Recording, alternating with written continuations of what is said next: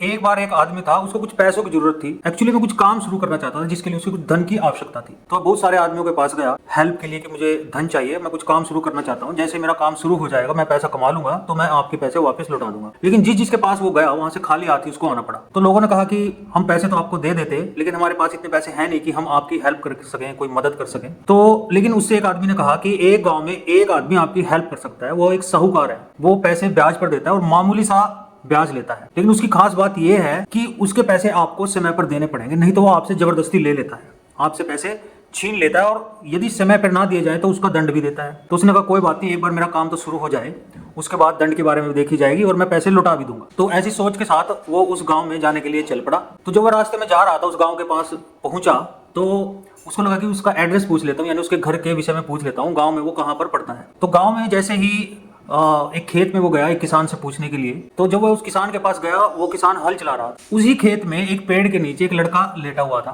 तो उसने बताया उसको, किसान को, कि मैं ऐसे ऐसे करके आया हूँ और मैं उस साहूकार के घर पर जाना चाहता हूँ। लेकिन उससे पहले उसने कहा कि ये जो लड़का है ये कौन है, ये सो रहा है दिन में और आप हल चला रहे हैं। तो किसान ने उससे कहा कि ये मेरा बेटा था और ये 22 साल का था और ये मर गया है।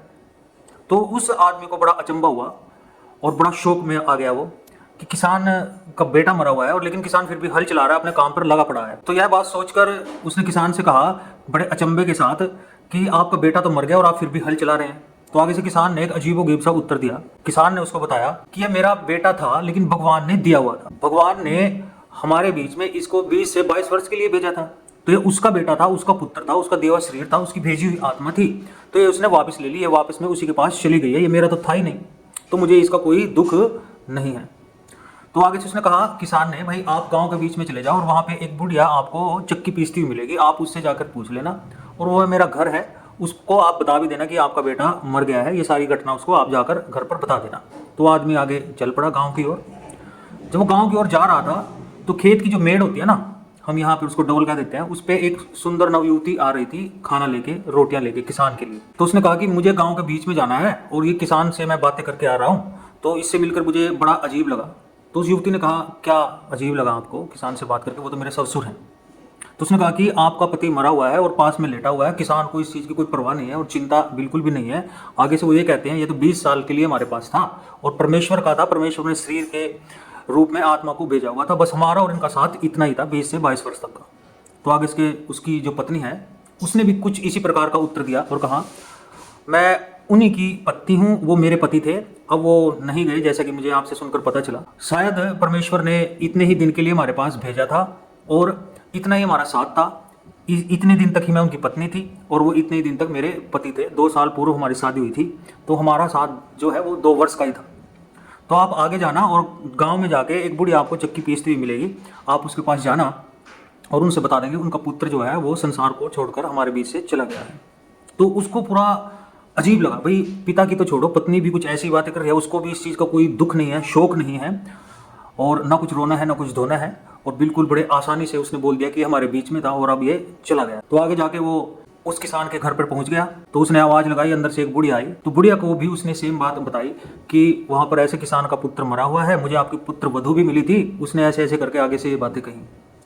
तो उस बुढ़िया ने भी कहा हाँ बेटा बिल्कुल सच है ये बात, वो था तो मेरा पुत्र ही, शायद उसका और हमारा जो साथ है वो 20 से 22 वर्ष का ही है, वो 22 वर्ष पूर्व यहाँ पर जन्मा था, मेरी कोख से वो पैदा हुआ था, लेकिन वो हमारा नहीं था, वो ईश्वर का ही था, परमात्मा का ही था, परमेश्वर का ही था। तो अब परमेश्वर ने उसको वापस ले लिया है, वो परमेश्वर की ही आत्मा थी, वो हमारे बीच से अब चली गई है, वो शरीर रूप में आया था, अब हमारे बीच में नहीं रहे। तो इसमें शोक की बहुत बड़ी बात नहीं है, जाना तो एक ना एक दिन होता ही है, हम भी अपने शरीर को छोड़ेंगे और हमारे बीच में जो आता है, जो संबंध हमारे बनते हैं वो परमानेंट तो बनते ही नहीं, कभी फिक्स नहीं होते, वो बिछड़ते आते और जाते तो रहते ही हैं, ये शरीर मिलते और बिछड़ते और गिरते तो रहते ही हैं। तो वो बड़ा शौक हो गया, मतलब एकदम अचंभित हो गया कि ये लोग कैसे लोग हैं, कैसे परिवार हैं, इनको पुत्र चला गया, इनका पति चला गया, लेकिन फिर भी इनको किसी प्रकार का शौक नहीं है, दुख नहीं है, यहाँ तक कि कोई अचंभा भी नहीं है। तो बुढ़िया ने उसको फिर उस साहूकार का घर भी बता दिया। तो जो साहूकार के पास गया तो साहूकार ने उसको धन भी दिया। तो वास्तव में वो जो साहूकार है वो ईश्वर है, परमात्मा है, परमेश्वर है, जो सबको सब चीजें देता है, जो जो हमारी आवश्यकताओं की चीजें होती हैं, जो जो चीजें हमें चाहिए, धन के अलावा जो भी चीजें हमारे पास हैं पुत्र हैं, हमारे संबंध हैं, हमारे परिवार हैं, जमीन है, खाने की चीज़ें हैं, पीने की चीज़ें हैं, बहुत सारी जो भी वस्तुएं हमें इस संसार में मिली हुई हैं वो ईश्वर ने दी हैं।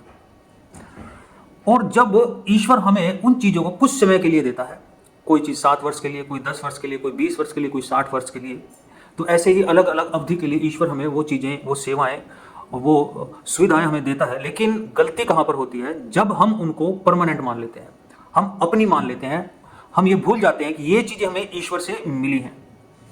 जैसे ईश्वर हमें धन के लिए, कारोबार के लिए सभी के सभी चीज़ें देता है, उपलब्ध कराता है, फिर भी हम भूल जाते हैं कि ये चीज़ें हमसे ईश्वर ने दी हैं। यही चीज़ें दुख का कारण होती हैं।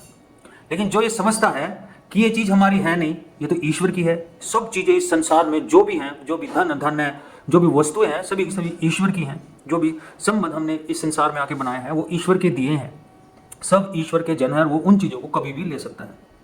यदि हम इस वास्तविकता को जान लें, समझ लें, इस पर खरे उतर जाएं, इसमें हम परिपक्वता पा लें कि हमारा यहाँ पर कुछ नहीं है, हमारा तो ये शरीर भी नहीं है, शरीर भी चला जाएगा, हमारे बीच में जो ये अलग अलग शरीर रहते हैं संबंध बनाकर, कोई पुत्र का, पत्नी का, माता का, पिता का, ये शरीर सब आत्माएं हैं और ये आत्माएं ईश्वर की ही हैं। वही हमारे बीच में इनको शरीर देकर भेजते हैं और हम अपना जीवन यापन इस संसार को बनाकर यहाँ पर रहते हैं।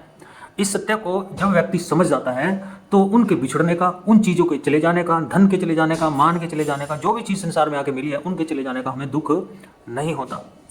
तो भक्ति के रास्ते पर, योग के रास्ते पर यही ज्ञान हमें प्राप्त होता है कि जो भी चीज़ हमारे पास है तो वो परमानेंट नहीं है, वो कभी भी ली जा सकती हैं। इसलिए सभी चीज़ों को ईश्वर की चीज़ें माने और दुखों से बचे रहें।